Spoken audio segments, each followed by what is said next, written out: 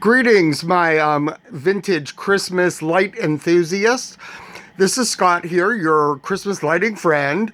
It's become aware to me after going to the 2019 Glow um, um, convention and seeing the ultimate person who knew everything about bubble lights give a talk on bubble lights that we could use one online.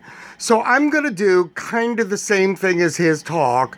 I'm going to try to introduce you to all the different bubble lights. It's also becoming apparent that people are becoming very frustrated. They think they're going to jump into the buying market and buy up all the shooters and the oils that are available, and yet they keep getting burned because they get the wrong kinds. This video is also for those folks. It's all for new collectors. I'd rather see new collectors be educated buyers than uneducated. That way they make good decisions when they buy, they're happy when they're done, and we have a new collector for life. So here we go into Bubble Light 101 Part 1. I'm also going to follow this with Part 2, showing you all the other kinds of bubble lights there are. So we're going to start with the earliest bubble lights known to man. These bubble lights right here, this one, are some of the very first ones. I also have one down here. Okay, these are what you might often hear referred to as the clipped bubble light. If you notice, right here above my finger is a metal clip. At that point, these were about 1941.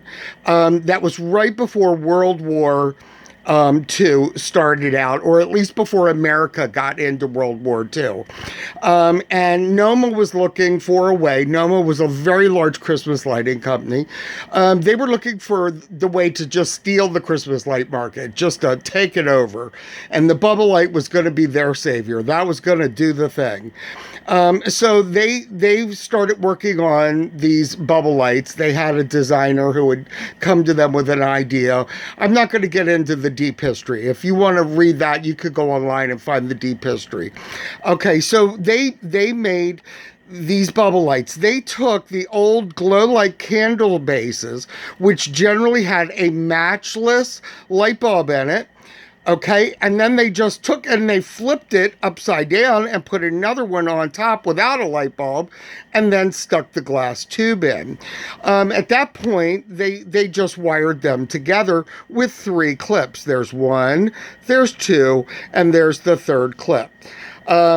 These are very rare, very hard to find. For the people who think that shooters are just the world's best, try to find these. These are impossible.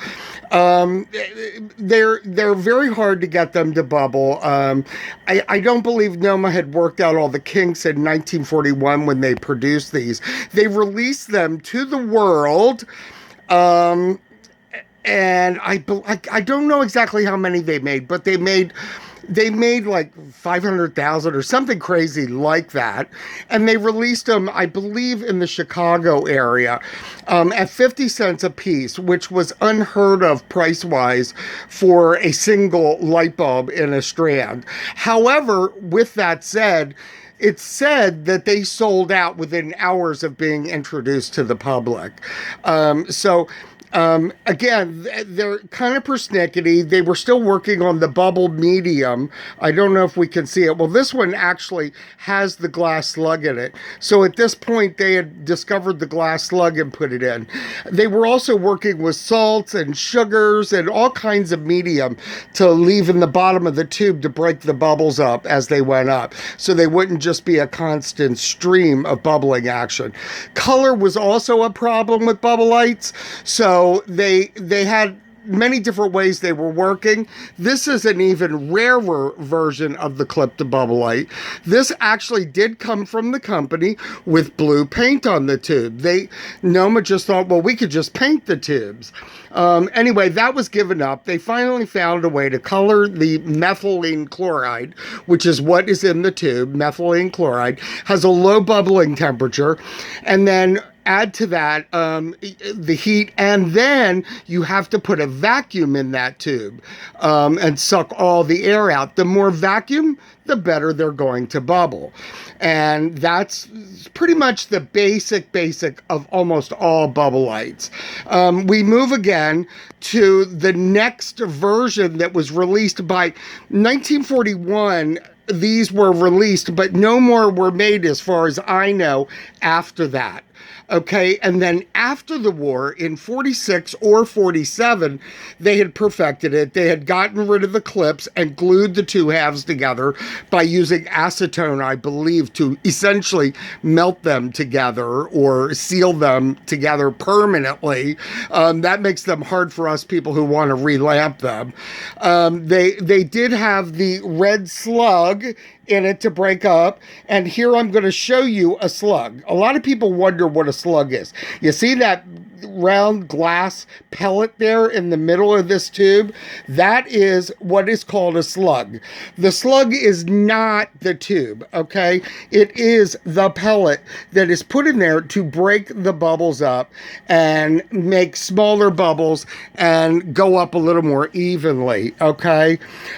There's also one more rare Noma bubble light to look for, and that's this one. It's called the Noma Short Tube. Now, I don't know if this is true. Nobody has really confirmed that they heard from Noma employees that they made these, but it sure appears that they had. You normally see them with melted bases. They were probably with the first bubble light trees that were released that had the fire retardant sprayed on them, and that caused all the greenery to fall off in the ones we see now. It also caused this plastic to break down and melt. But they came supposedly, now this is not God's word, with short tubes to put into the bubble light trees so that they wouldn't overpower, I guess, and they would look more in scale to the bubble light tree, and that's why they supposedly made these short tubes. Again, don't hold me to it, but I will try to show you the difference in size. I don't know if I could do it laying them next to each other, but there you go. That's here, wait a minute, no, move it up. That's about halfway, and you can see the tube is definitely shorter. So anyway, all right, now we're going to move into the ones that everybody's interested in. Oh, I forgot. No. Then Noma came out for 1 year in 1948 with the Noma Flat. That's what we called Noma Flat, or the flying saucer type. Apparently they were having trouble, especially with the fire retardant, with these melting and just being destroyed. So they decided to try a new version, which was this flat, and found out that these melted even faster than the originals did. So they flipped back over to these by, I believe, 1949-ish, after they sold out all the stock of these Noma Flats. All right, now, we're also going to cover the C7 versions of said makers bubble lights. So Noma also, at the same time they were producing these and these right here, they were also making the C7 Noma Tulip, which means that if one went out, they all stayed lit. Unlike these down here, if one goes out, so does the whole set. Okay?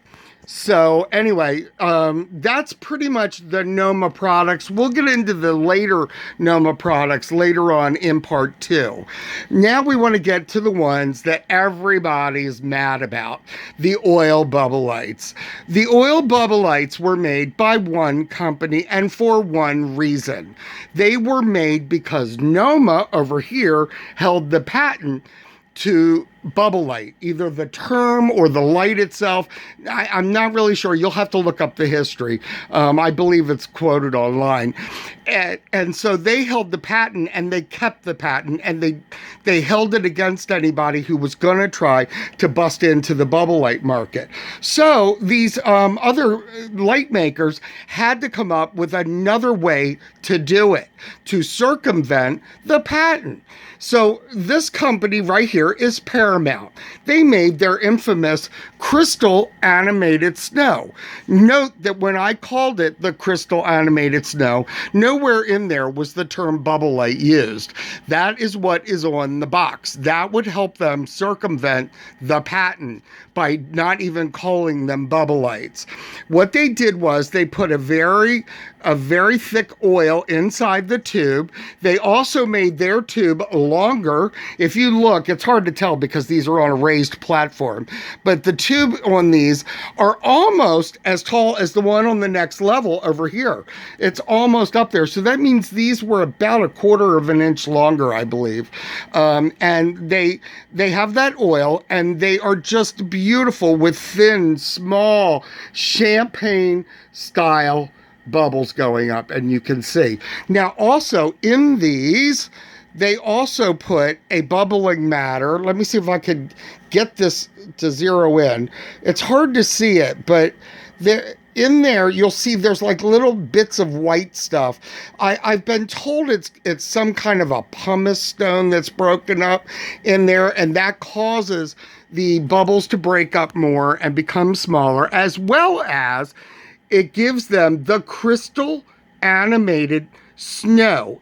Sometimes you'll see these little white things go up and come back down, and it looks like Crystal Animated Snow, hence the name. All right, so once the patent wars were over, it was only about a year, so these were only made for about a year.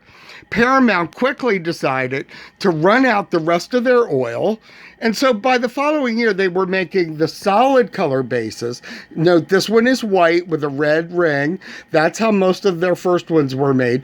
But they also made these too with a solid color base and a solid color ring, and the oil in those as well. Probably in that first year as well. This was their lesser company, probably being sold under the Sterling name. A lot of times you'll find those in the Sterling box. The C7 version is right here of the Sterling or Paramount oil Bubble Light. Again, they were running out the last of their oil, and at which point they would eventually move over to the methylene chloride, which was cheaper and easier to produce. So that they eventually went to the solid color bases. They also did do the white and the rings and this as well with short tubes and methylene chloride. So you will find them. So for people purchasing on eBay, just because you find a Bubble Light that has a white base and a colored ring does not make it an oil. If you're going to attempt to start buying oils from people on eBay or any other online site like Ruby Lane, you should learn who the good dealers are and stick with them. They won't do anything wrong for you.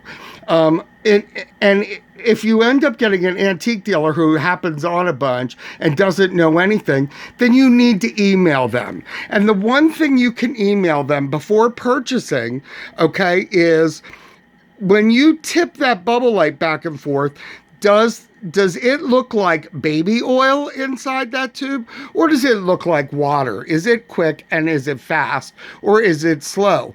That is one major question. The other thing is, if you ever see the white base and the colored ring, okay, with the long tube, if you can tell that tube is long, then you might as well just go ahead and get it, because chances are it is an oil, especially if the price is right. But again, they also made the short tube oils as well, so you're just gonna have to ask the seller, what is that liquid like? If you saw this listed on eBay as a C7 Bubble Light, you wouldn't know if it was oil or if it was methylene chloride. You really wouldn't know. You'd have to ask. And now, sadly, my yellow methylene chloride is not bubbling.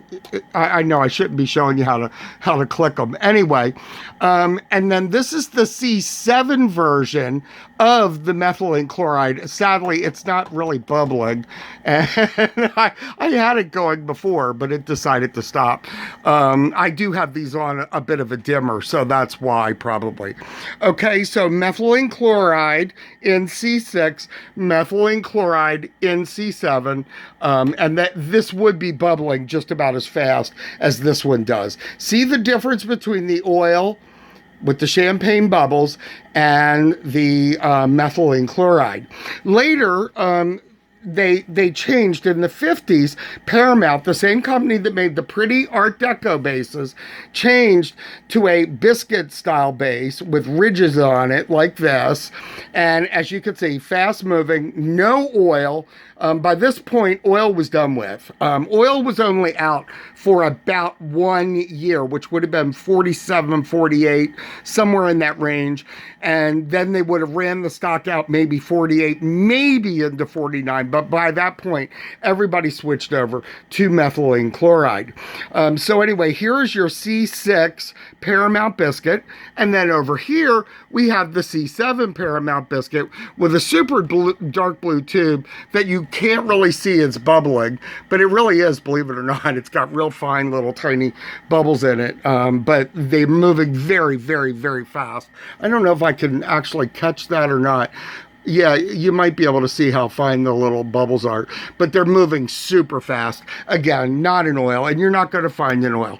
The other thing to educate you folks on is even you may oftentimes find C7 bubble lights and the C6 like this in the biscuit form and the tulip form by Paramount coming in boxes with this artwork on it, the Art Deco base.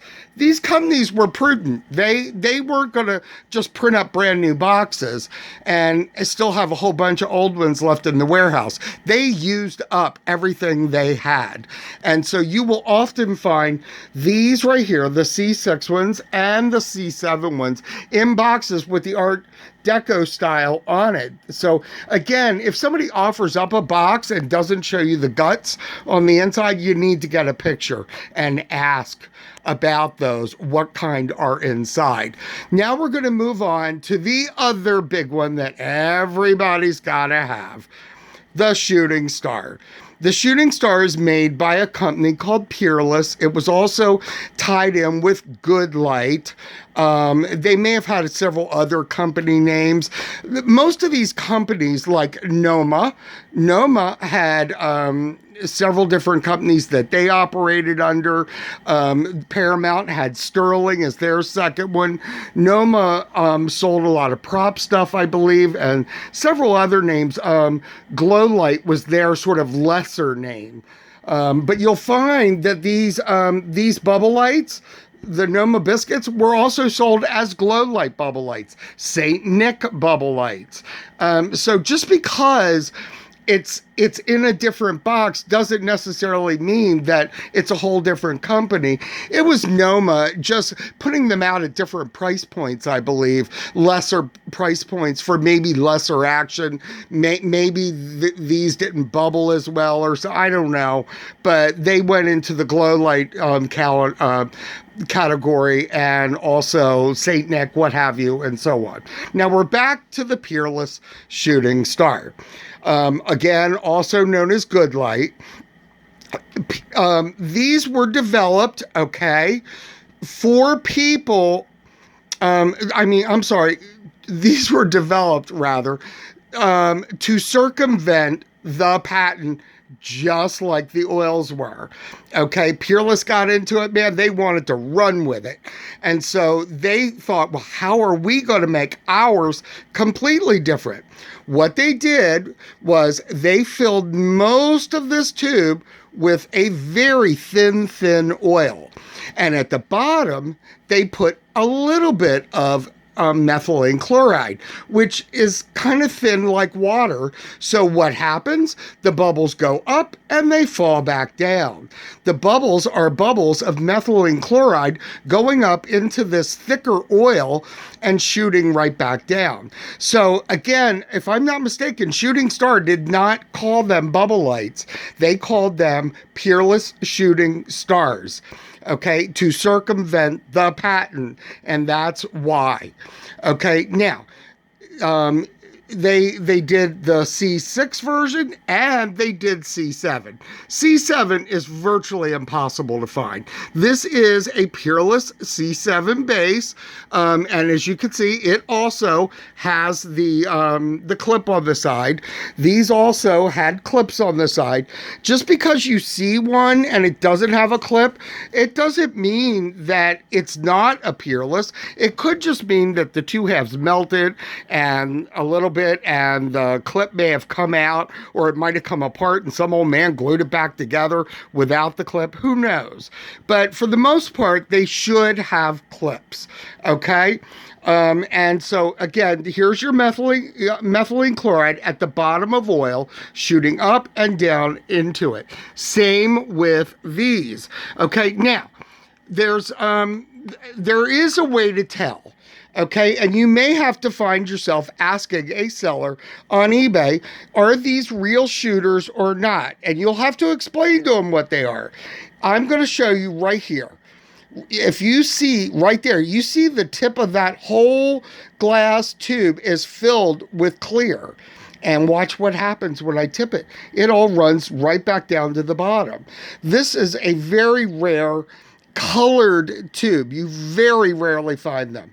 The expert that gave the speech at the Glow convention, he felt that they were so anxious to get started that they just went ahead and released them all with clear liquid. My feeling is that whatever they used in the beginning to color them, it just faded over time. That's my belief.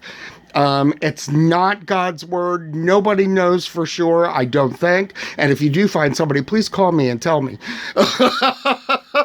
Anyway, so when you see shooters, real shooters, if you see vivid color, like the one with methylene chloride next to it, the chances are very heavy that the ones you're looking at with color like this, okay, like that, are methylene chloride and not a real early oil shooter. Remember, these oil shooters were only out for about a year to circumvent the patent. Once the patent lawsuit was done, okay, then everybody jumped right over to methylene chloride.